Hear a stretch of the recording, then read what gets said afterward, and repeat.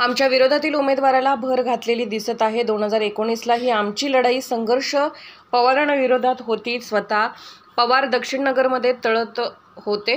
कसं आहे, मोदींना मतदान करणारी जनता आहे। विखे विरोधात आणखी कोणी व्यक्तिगत पातळीवर निवडणूक घेऊन जात असेल तर त्यात भर आहे।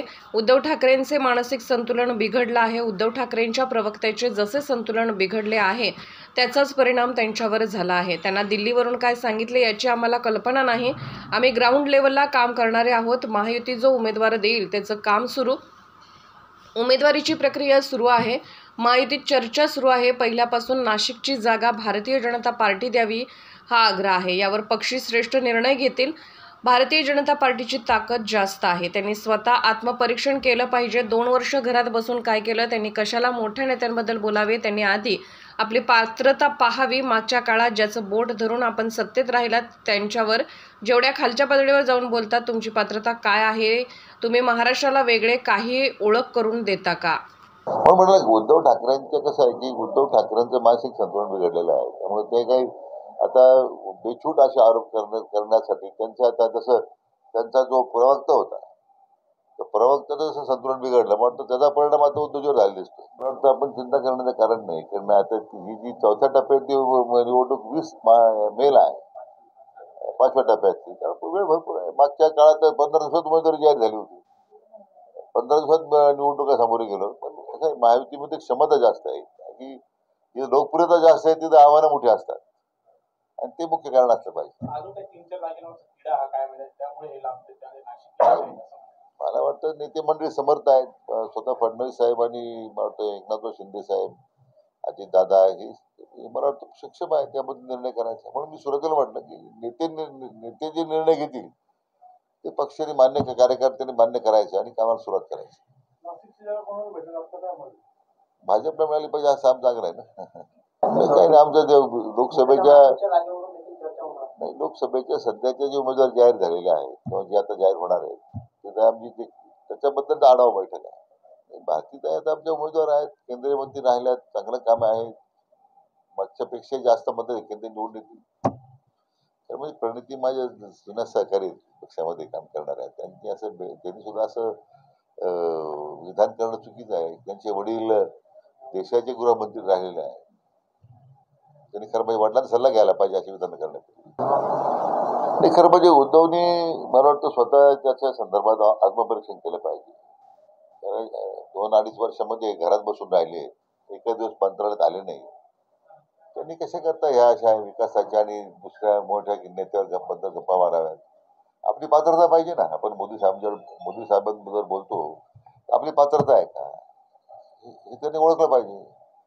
आपण शेवटी या सगळ्या राजकीय ध्रुवीकरणामध्ये आपण ज्यांचं बोट धरून मागच्या काळामध्ये सत्तेत राहिला, आज तुम्ही त्यांच्याबद्दलच एवढं गैरविश्वास दाखवता, एवढं खालच्या पातळीवर जाऊन बोलता। मला वाटतं तुमची त्याच्यामध्ये पात्रता काय आहे, तुमची स्वतःची ओळख तुम्ही महाराष्ट्राला काही वेगळी करून देता का? आमच्या विरोधात उमेदवाराला त्यांनी बरी घातलेली दिसतंय। असं आहे की 2019ला सुद्धा नव्याने उमेदवारी केली त्यावेळी तो प्रश्न निर्माण झाला होता, पण सर्वांना सामावून घ्यायचा आपण प्रयत्न केला, त्यात आम्हाला यश मिळालं। शेवटी त्यावेळी सुद्धा आमची लढाई संघर्ष पवारांच्या विरोधात होता ना।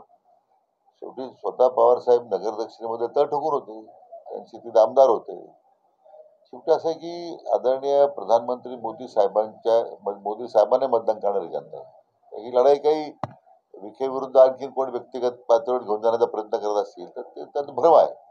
ही निवडणुकीला जे मतदान करणारी जनता ही आदरणीय मोदी साहेबांना करणारी आहे। त्यामुळे मला त्यासाठी कोण तिथे आव्हान उभं करतं आणि कोणामुळे आव्हान उभं राहतं याचा मी फार विचार करत नाही। असं की राजकारणामध्ये किंवा निवडणुकीच्या या सगळ्या प्रक्रियेमध्ये उमेदवार विरोधी पक्षात उभाच राहत असतो। त्यामुळे कोण उभं राहिलं ते उमेदवारी कोणाला मिळाली याच्या दृष्टीने मला जर विचारलं तर त्याला फार महत्त्व मी देत नाही, कारण प्रत्येक राजकीय पक्षाला भूमिका करावी लागते। भाजपचा उमेदवार ठरलेला आहे, विरोधी पक्षाचा उमेदवार ठरत नव्हता, ते तळ्यात मळ्यात ते सुरू होतं। आता त्यांनी उमेदवारी जाहीर केलेली आहे, त्यामुळे मला वाटतं की त्यात काही वेगळेपणा काही नाविन्य असं मला वाटत नाही। कधीच नव्हतं आम्हाला, यापूर्वी कधीच नव्हतं आणि यापुढे असण्याचं कारण नाही आहे। मला कल्पना नाही याच्यात काय कशामुळं त्यांना अगोदर मला वाटतं स्वतः निवडण्याची खात्री असल्यामुळे त्यांची मानसिकता नव्हती. परंतु आता शेवटी असं आहे की आपल्या राज्याचे जाणते राजे आहेत, त्यांना तर शेवटी अशा निवडणुकामध्ये संघर्ष झालाच पाहिजे अशी त्यांची नेहमी भूमिका आहे. नाही त्याची मला कल्पना नाही की बहुतेक शरद पवार राष्ट्रीय पातळीवर मान्यता नसली पाहिजे असं माझं एक तो भाग असला पाहिजे. परंतु खरं म्हणजे इंडिया आघाडीचं वास्तवच तसं आहे. आता आघाडी होण्यापूर्वी बिघाडी झालेली आहे. आम्ही जसं भारतीय जनता पक्ष म्हणून सांगू शकतो की आमचे नेते कोण, आमचे प्रधानमंत्री कोण, इंडिया आघाडी अजूनही त्या संदर्भात संभ्रमात आहे. ते काही सांगू शकत नाही. ते बहुत त्यांना त्यांचा नेता ठरवता येत नाही. जी दिल्लीच्या आवाजासाठीच महाराष्ट्राची परिस्थिती आहे. एक म्हणतात पाठीत खंजीर खोपसला, दुसरे म्हणतात मैत्रीपूर्ण लढत आम्ही करणार आहोत. हा काही राजकारणाचा पोरखेड आहे काय? शेवटी देशाच्या देश स्तरावर या निवडणुका होतात, त्या काही ग्रामपंचायती निवडणुका नाहीत.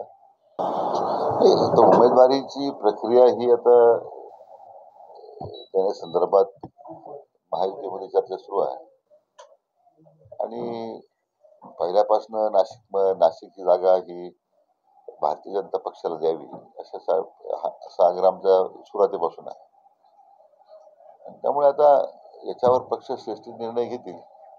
भाजपची काय आमची वेगळी भूमिका नसते. आमची पक्षाची भूमिका, महायुतीची जी भूमिका आहे ती आमची भूमिका. त्यामुळे दोन्ही पक्षात काय चाललंय त्यापेक्षा इथं क्षमता कोणत्या पक्षाकडे आहे निवडून येण्याची, किंवा आता जर नाशिक महापालिका किंवा या मतदारसंघातील नगरपालिकेचा विचार केला तर 100च्या वर नगरसेवक भारतीय जनता पक्षाचे आहे. त्यामुळे संधी मिळाली तर निश्चितपणे उमेदवारी आम्हाला मिळावी असं आमचा आग्रह राहील. नाही, यापूर्वी मी एकदा त्या संदर्भात आम्ही आढावा घेतला होता. नेहमीच सातत्यानं माहिती आम्ही घेत राहतो.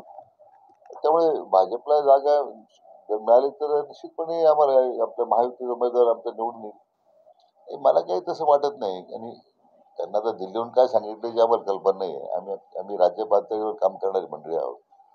त्यामुळे त्यांच्यासाठी उमेदवार मी म्हटल्याप्रमाणे महायुतीचा उमेदवार जो असेल तर त्यासाठी काम करायची ही भूमिका पक्षाच्या कार्यकर्त्यांची आहे.